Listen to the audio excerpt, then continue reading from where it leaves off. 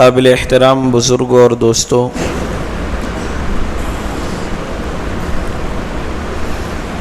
اللہ تعالیٰ نے ہم سب کو اس دنیا کی زندگی عطا فرمائی ہے، اور دنیا کی زندگی ہمیشہ کی زندگی نہیں ہے۔ ایک دن اس دنیا سے کوچ کرنا ہے۔ ایک دن آئے گا کہ ہم اس دنیا کو الوداع کہہ دیں گے۔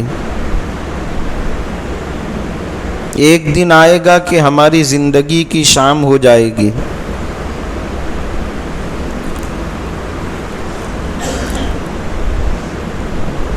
اور یہ دنیا فانی ہے۔ آخرت کی زندگی ہمیشہ کی ہے، اور آخرت کی زندگی باقی ہے اور باقی رہے گی۔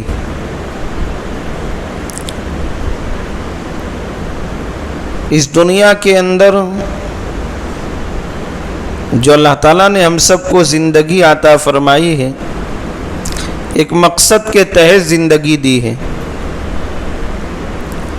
یوں ہی اللہ نے بیکار دنیا کے اندر پیدا نہیں کر دیا، ایک مقصد دے کر کے دنیا کی زندگی دی ہے۔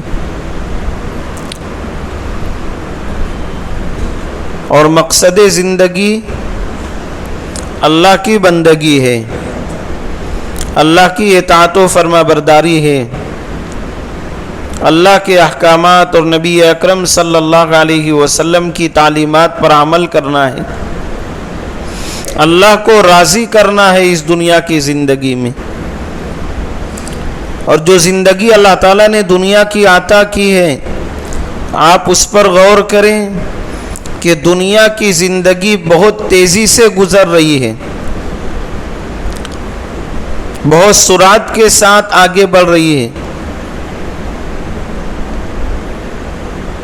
اور اللہ نے دنیا کی زندگی بہت زیادہ نہیں عطا کی۔ اللہ کے نبی صلی اللہ علیہ وسلم کے ارشاد ہے کہ میری امت کی عمریں 60-70 سال کے درمیان ہوگی۔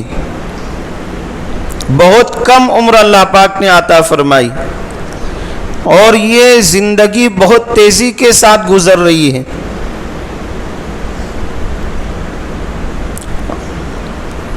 رجب کا مہینہ گزر گیا، شعبان کا مہینہ گزر رہا ہے، چند دن باقی ہے شعبان کے مہینے کو ختم ہونے۔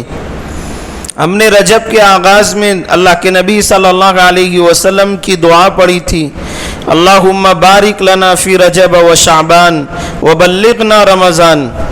اے اللہ، رجب اور شعبان کے مہینے میں خوب برکتیں عطا فرما، اور ہم سب کو عافیت کے ساتھ رمضان کے مقدس مہینے تک پہنچا۔ کتنی تیزی کے ساتھ رجب کا مہینہ گزر گیا، شعبان کا مہینہ گزر گیا۔ ایسا لگتا ہے کہ کل ہی ہم نے یہ دعا پڑھی تھی۔ وقت بہت تیزی کے ساتھ گزر رہا ہے۔ چند دنوں کے بعد ماہ مبارک آ جائے گا، رمضان کا مقدس مہینہ آ جائے گا۔ بہت عظمت والا مہینہ ہے، بہت برکت والا مہینہ ہے۔ حضور اکرم صلی اللہ علیہ وسلم شعبان کے آخر میں وعظ فرمایا کرتے تھے۔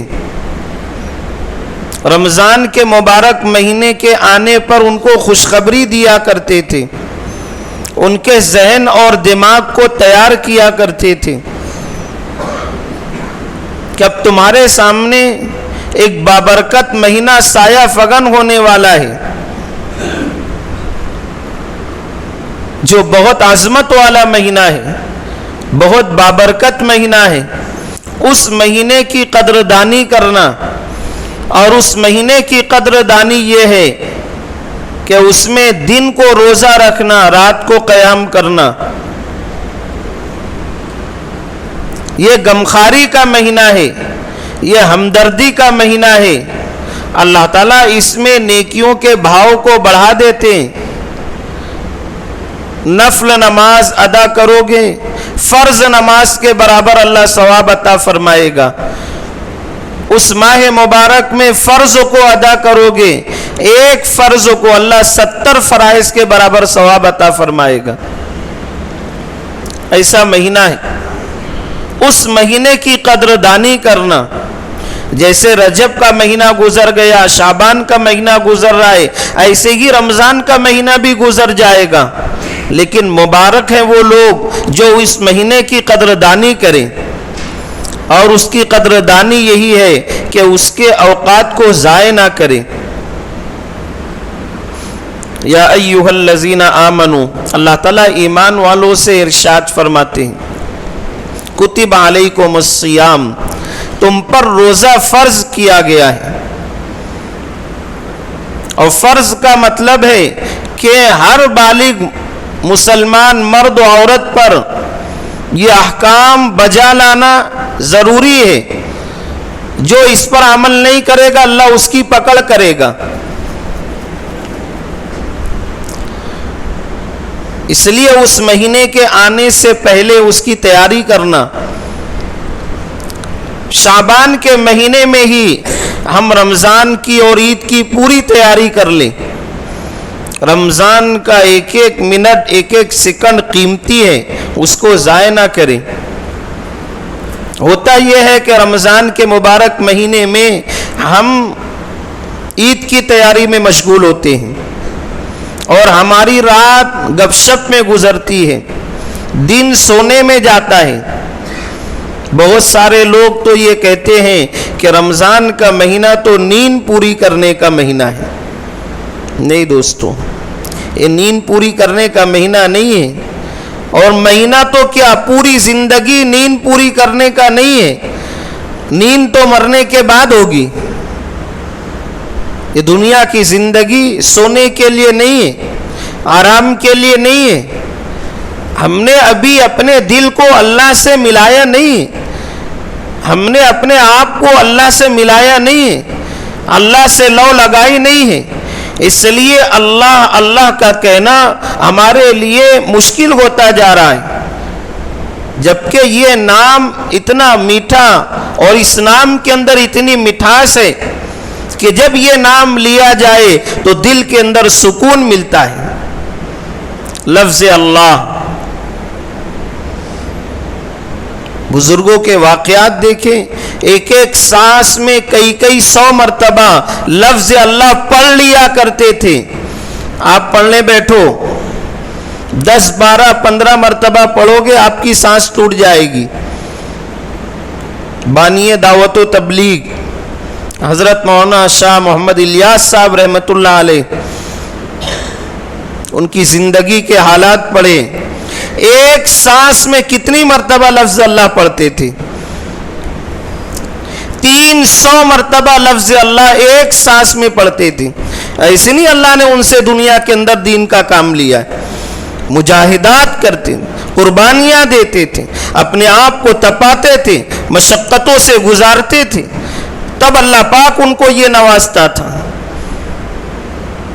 حضرت مولانا رشید احمد گنگوئی رحمۃ اللہ علیہ، ان کے واقعات کو اٹھا کر کے پڑھے، عمر کا آخری حصہ ہے، گنگوں سے چل کر کے دارالعلوم آئے، لوگوں کو پتہ چلا کہ گنگوئی رحمۃ اللہ علیہ تشریف لائے، دوڑتے ہوئے لوگ آ گئے حضرت کی زیارت کے لیے۔ آپ کمزور ہو چکے تھے، عمر کے آخری حصے میں تھے، لوگوں نے اصرار کیا کہ حضرت کچھ بیان کرے، جمعہ کا مبارک دن ہے۔ حضرت نے کہا کہ میں بیان نہیں کروں گا۔ لوگوں کا اصرار بڑھتا رہا، حضرت انکار کرتے رہے، یہاں تک کہ مجمع آپ کی زیارت کر کے نکلتا رہا۔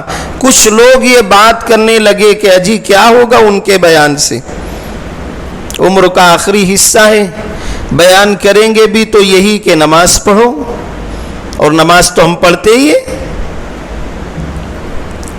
یہ بات حضرت تک پہنچ گئی، حضرت گنگوئی رحمۃ اللہ علیہ تک۔ تو حضرت نے کہا کہ لوگوں سے کہہ دو کہ جمعہ سے پہلے بیان ہوگا۔ پھر کیا تھا، پوری مسجد بھر گئی، لوگ بیان سننے کے لیے آ گئے۔ اور جب گنگوئی رحمۃ اللہ علیہ بیان کے لیے ممبر پر تشریف لائے وہ کہا کہ لوگوں اللہ، کئی لوگوں کے اوپر گشی طاری ہو گئی، کئی لوگوں کے دل لرز گئے لفظ اللہ پر. کیسا درد تھا ان کے الفاظ کے اندر، اللہ کے نام میں کتنی درد تھی ان کی زبان میں. تھوڑی دیر کے بعد پھر کہا کہ لوگوں اللہ. پھر کئی لوگوں کے اوپر گشی طاری ہو گئی اور فرمایا جس ذات کے نام کو تم برداشت نہیں کر سکتے اس ذات کے احکامات کو کیسے سنو گے تم؟ اس ذات کو راضی کرنے والا عمل نماز ہے. نماز کو ہلکا سمجھتے ہو؟ نماز بہت بڑی عبادت ہے. بندہ جب نماز میں آتا ہے اپنے پروردگار سے باتیں کرتا ہے، پروردگار اس کی طرف متوجہ ہوتا ہے. نماز کو ہلکا سمجھتے ہو؟ اور آج یہی ہو گیا کہ رمضان کے مبارک مہینے میں نمازوں کا کیا حال ہے. حضرت شیخ نے فضائل اعمال کے اندر لکھ دیا ہے ہماری نمازوں کا کیا حال ہے. اس لیے رمضان کے مبارک مہینہ جو آ رہا ہے اس کے آنے سے پہلے اس مہینے کی تیاری کرے. اللہ تعالیٰ نے کہا یا ایھا الذین آمنوا کتب علیکم الصیام، تم پر اللہ پاک نے روزوں کو فرض کیا ہے. اور اللہ شفیق اور مہربان ہے اپنے بندوں پر، اپنے بندوں کو مشقت میں ڈالنا نہیں چاہتا. اس لیے فرمایا آگے کا جملہ کما کتب علی الذین من قبلکم، تم سے پہلی امتوں پر بھی ہم نے روزوں کو فرض کیا تھا. تم گھبراؤ نہ، تم روزہ رکھو گے ہماری مدد تمہارے ساتھ ہوگی، اللہ کی مدد ہوگی. لعلکم تتقون، تاکہ تم متقی بن جاؤ، تم اللہ سے ڈرنے والے بن جاؤ. ڈر ایسا کہ ایسا نہیں کہ جیسے سانپ سے ڈرا جاتا ہے، جیسے بچھو سے ڈرا جاتا ہے، جیسے بڑے بڑے دانت اور بڑے بڑے ناخن والوں سے رات کی تاریکی میں ڈرا جاتا ہے. ایسا ڈر نہیں، ادب احترام والا، عظمت والا ڈر.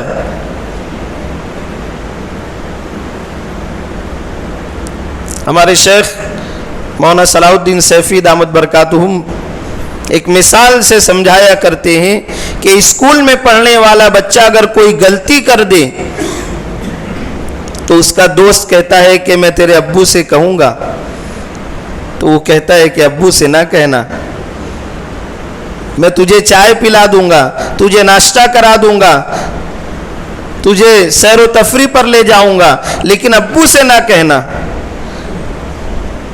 کیوں ایسا کہہ رہا ہے؟ اس لیے نہیں کہہ رہا ہے کہ اس کا باپ باڈی بلڈر ہے، اس کو اڑا کر پھینک دے گا، اس کو گھر سے نکال دے گا.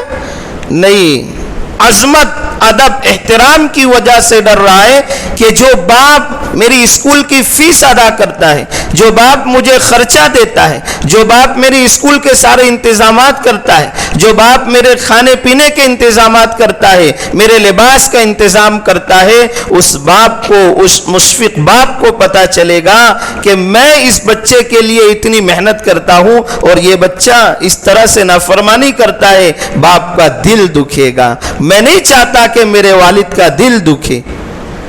فرمایا اسے ہی ڈرنا ہے اللہ سے کہ جو اللہ زندگی کی ساری نعمتیں دے رہا ہے، گناہ پر گناہ کرنے کے بعد، نافرمانی کرنے کے بعد اللہ پاک صبح اور شام رزق عطا فرما رہا ہے، صحت تندرستی دے رہا ہے، لوگوں کی نظروں سے ہمیں چھپا کر کے رکھ رہا ہے.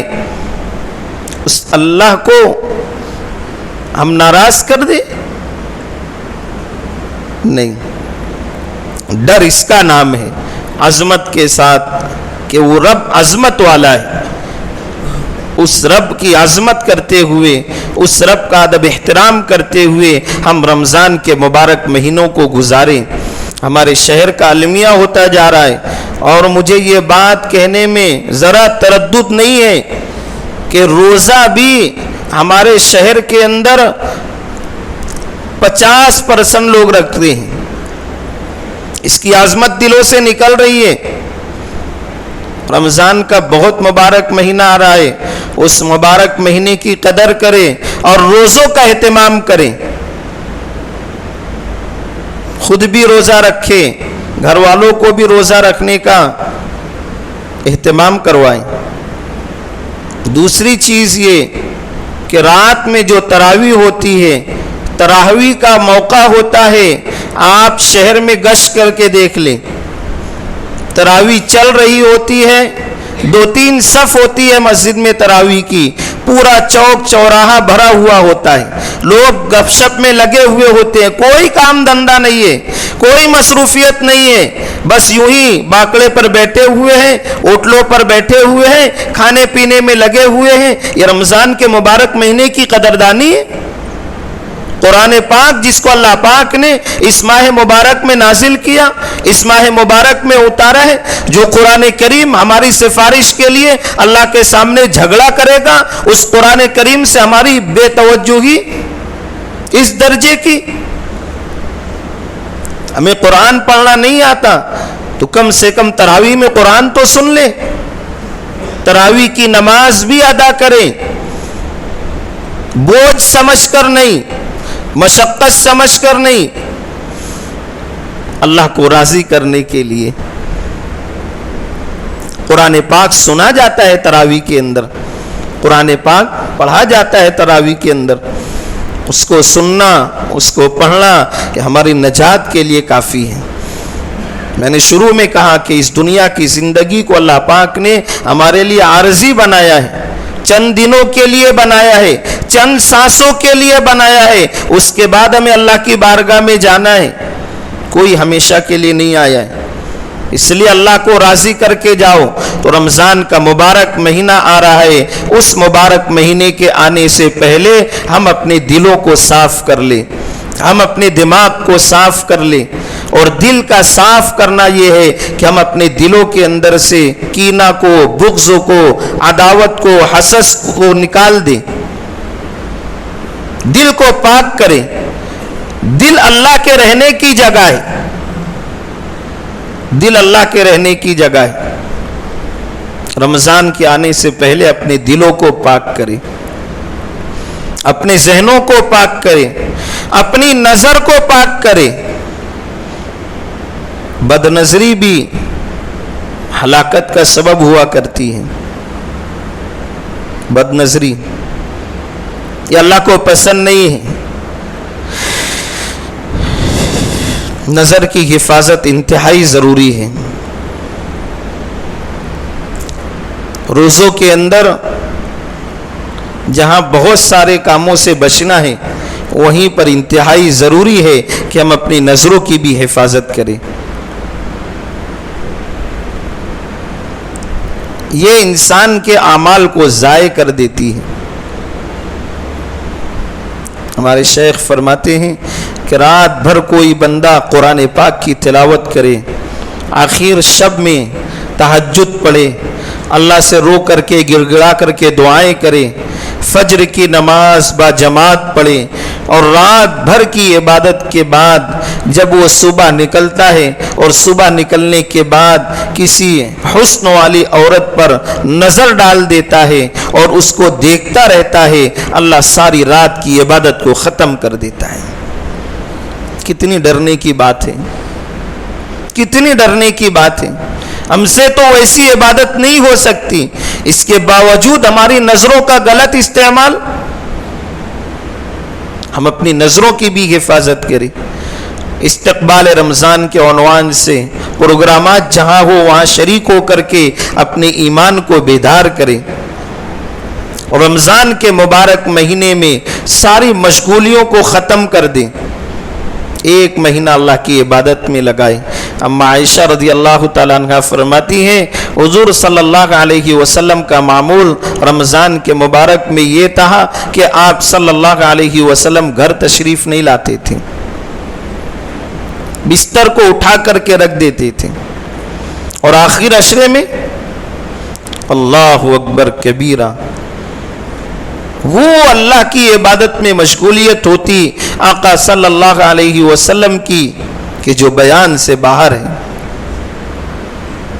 ہمارا حال تو یہ ہے کہ جیسے ہی رمضان کا چاند دکھا تو 8-10 دن تو مسجد شکوہ کرتی ہے اپنی تنگ دامنی کا، اتنی آباد مسجد رہتی ہے 8-10 دن کہ مسجد چھوٹی پڑ جاتی ہے، اور 8-10 روزے کے بعد سے آپ دیکھو گے پھر وہی حالت، پھر مسجد خالی خالی نظر آئے گی آپ کو۔ لوگ عید کی تیاری میں مشغول ہو جاتے ہیں۔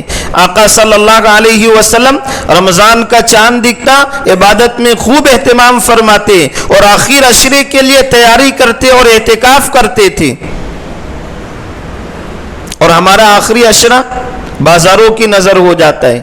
نہیں دوستو، بہت مبارک مہینہ ہے، اس کا ایک ایک منٹ ایک ایک سیکنڈ قیمتی ہے۔ ہم اس مہینے کی قدردانی کریں، تنہائی میں بیٹھ کر کے روئیں، پروردگار یہ مبارک مہینہ آ رہا ہے۔ ہمارے آقا صلی اللہ علیہ وسلم دعا کرتے تھے، اللہ رجب شعبان کے مہینے میں برکت دے، عافیت کے ساتھ رمضان کے مبارک مہینے تک پہنچا دے۔ کوئی تو بات ہے آقا صلی اللہ علیہ وسلم کی اس دعا میں کہ آقا فرما رہے ہیں کہ اللہ مجھے رمضان کے مبارک مہینے تک پہنچا دے۔ وہ مبارک مہینہ ہمارے سروں پر ہے، سایہ فگن ہونے والا ہے۔ اس مہینے کے آنے سے پہلے ہم پوری طریقے سے تیار ہو جائے کہ انشاءاللہ نمازوں کی پابندی کریں گے۔ آخری بات یہ کہ رمضان کے مبارک مہینے میں ایک ماحول ہوتا ہے نماز کے پڑھنے کا۔ آج 10 دن باقی ہے رمضان کے آنے کو، ہم آج سے یہ نیت ارادہ کریں کہ آج سے رمضان کے آخر تک ہماری ایک بھی تکبیر اولیٰ نہ چھوٹے۔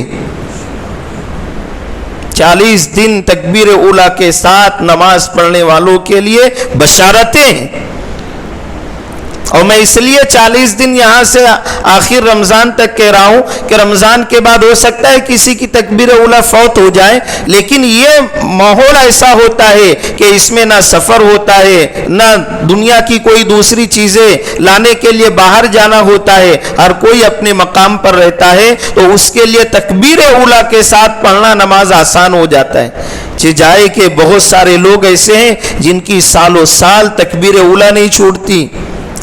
مبارک ہے وہ ہستیاں جنہوں نے دنیا کے اندر رہ کر کے آخرت کو کما لیا ہے، آخرت کو بنا لیا ہے، اللہ کو راضی کر لیا ہے۔ اس لیے آج سے نیت ارادہ کریں کہ انشاءاللہ ہماری ایک بھی تکبیر اولیٰ چھوٹے گی نہیں۔ اور تکبیر اولیٰ کا مطلب کیا ہے؟ امام صاحب کی آخری رکعت میں جو اللہ اکبر کہتے وہ نہیں، امام صاحب مصلی پر کھڑے ہوئے، مؤذن نے اقامت ختم کی اور امام نے اللہ اکبر کہا، اس امام کے اللہ اکبر کہتے ہوئے ہم بھی اللہ اکبر کہہ کر ہاتھ باندھ لیں۔ ہم کو بھی اللہ اکبر کہنا ہے، اس لیے کہ بغیر اللہ اکبر کہے اگر آپ نے ہاتھ باندھ لیا تو آپ نماز میں ہی شامل نہیں ہوئے۔ تکبیر کا کہنا فرض ہے، اس لیے آپ بھی امام کے ساتھ اللہ اکبر کہہ کر کے ہاتھ باندھیں۔ یہ بہت بڑی کمزوری ہے کہ فرض تو فرض ہو، سنت اور نوافل کے اندر بھی بہت سارے لوگ یہ کرتے ہیں کہ آ کے کانوں تک ہاتھ اٹھائیں گے اور ہاتھ باندھ لیں گے، زبان سے اللہ اکبر نہیں کہتے۔ آپ نے جب پہلی تکبیر ہی کو ادا نہیں کیا، آپ نماز میں ہی نہیں آئے۔ یہ بہت بڑی کمزوری ہے، اس کو دور کرنا ہے، اور یہ اس وجہ سے ہوتا ہے کہ نماز میں ہمارا دھیان نہیں ہوتا۔ اس لیے نمازوں کے اندر پابندی ہو، تکبیر اولیٰ کے ساتھ ہم نماز پڑھیں۔ جہنم سے اللہ چھٹکارا دے گا اور نفاق سے اللہ بری کر دے گا۔ یہ 2 پروانے بہت عظیم الشان پروانے ہیں۔ جو 40 دن تکبیر اولیٰ کے ساتھ 5 وقت کی نماز کو پڑھتا ہے، اللہ پاک یہ 2 پروانے عطا فرماتے ہیں۔ تو رمضان کا مبارک مہینہ چند دنوں میں آنے والا ہے، ہم اس مہینے کے آنے سے پہلے رمضان عید کی پوری تیاری کر لیں۔ رمضان کا مہینہ نہ سونے کا مہینہ ہے، نہ کھانے کا مہینہ ہے، وہ تو عبادت کا مہینہ ہے۔ اللہ کو راضی راضی کرنے کا مہینہ ہے۔ اللہ کی ذات سے امید ہے کہ اللہ تعالی ہم سب کو توفیق عطا فرمائے گا اور ہم سب دنیا سے آخرت کو بنا کر کے جائیں گے۔ اللہ تعالی ہم سب کو نیک عمل کی توفیق عطا فرمائے، اور ہو سکے تو اپنے لیے، سارے عالم کے لیے، خصوصاً فلسطین کے مسلمانوں کے لیے بھی ہم دعا کرتے رہیں کہ اللہ تعالیٰ ان کی حفاظت فرمائے، ان کی مدد فرمائے، اللہ تعالیٰ کہی سنی باتوں پر عمل کرنے کی توفیق عطا فرمائے۔ وآخر دعوانا الحمد للہ رب العالمین۔